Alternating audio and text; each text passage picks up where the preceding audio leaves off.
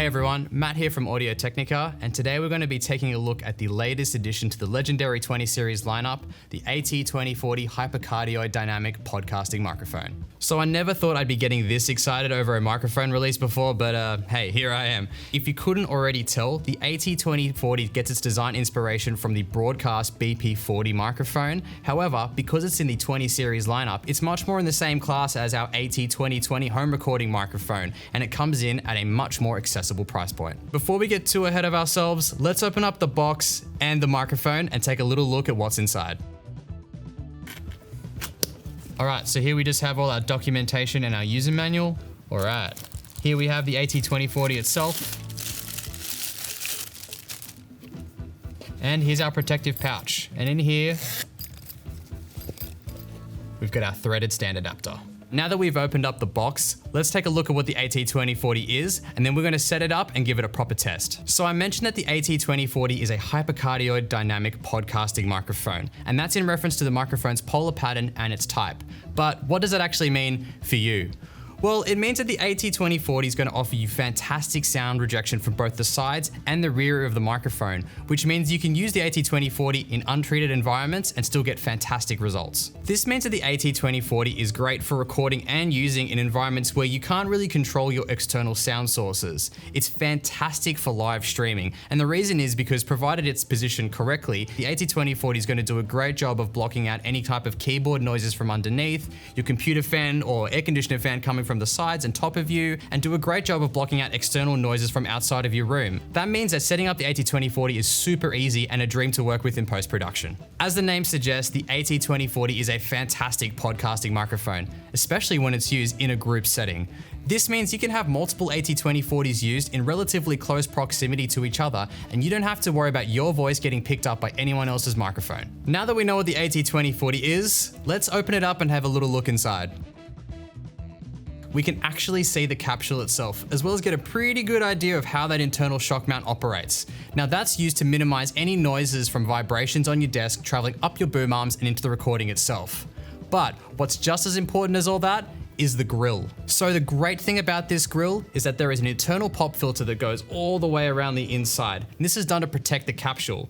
But there's also an additional layer of protective foam at the very end, and that's designed to stop any unnecessary popping noises from coming through during recordings. With setting up a dynamic microphone, the type of stand you use as well as its positioning really impacts the final product of your broadcast or recording. Today we're going to be using two different types of stands with the 2040, a generic broadcast boom and a desktop tripod stand. That way we can set it up in two different ways and you can get a really good idea of how to get the best quality recording out of your 2040.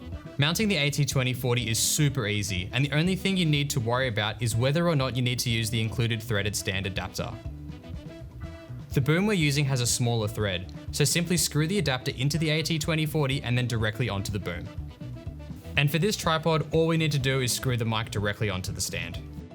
So microphone positioning is always really important, especially when you're working with something as directional as the AT2040. The positioning of the microphone is always going to greatly impact the quality of your final recording and will also help to block out external noises. A good rule is to always start from about 10 centimeters away from your face. From there you can move the microphone closer or further away as well as yourself and really find that sweet spot. The important thing is with this phase of testing is to keep doing it. Keep trying, get louder and softer, move around the microphone and find the spot that's going to work best for you. Something like a boom arm makes this really easy because you can move the microphone around itself and you have plenty of adjustments to get to your final position. So I'm happy with how I've got the AT2040 set up at the moment, and it's really similar to how I like to have it when I'm recording with it at home. So now let's hear how it sounds. So this is me talking directly into the AT2040. We've just got it directly into a mixer with nothing else going on, so you can hear exactly how it sounds in a pretty open room in a normal sort of recording environment. Now, as I start to move myself around the microphone, you can see how much it changes and how much of my noise it blocks out, especially some of those lower bassier frequencies.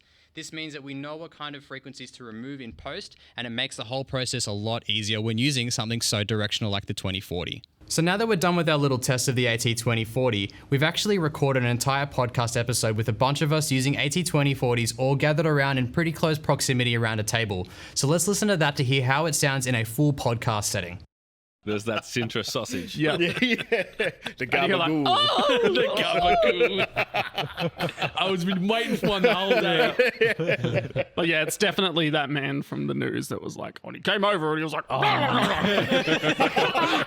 But as an actual big wolf. I love that video. That man is Reference dead. of the day now, right there.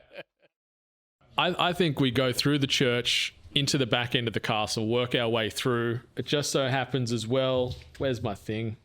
I got a blessing from, just so happens to be potentially the priest that used to work there many eons ago.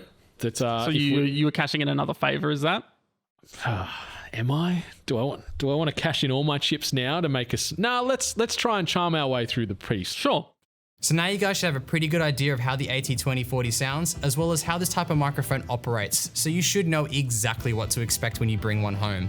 If anyone has any questions at all, please drop them in the comments below or hit up your local Audio-Technica territory directly and we'll be happy to help. We're all really looking forward to hearing how you guys sound using the AT2040, and I'll see you all next time.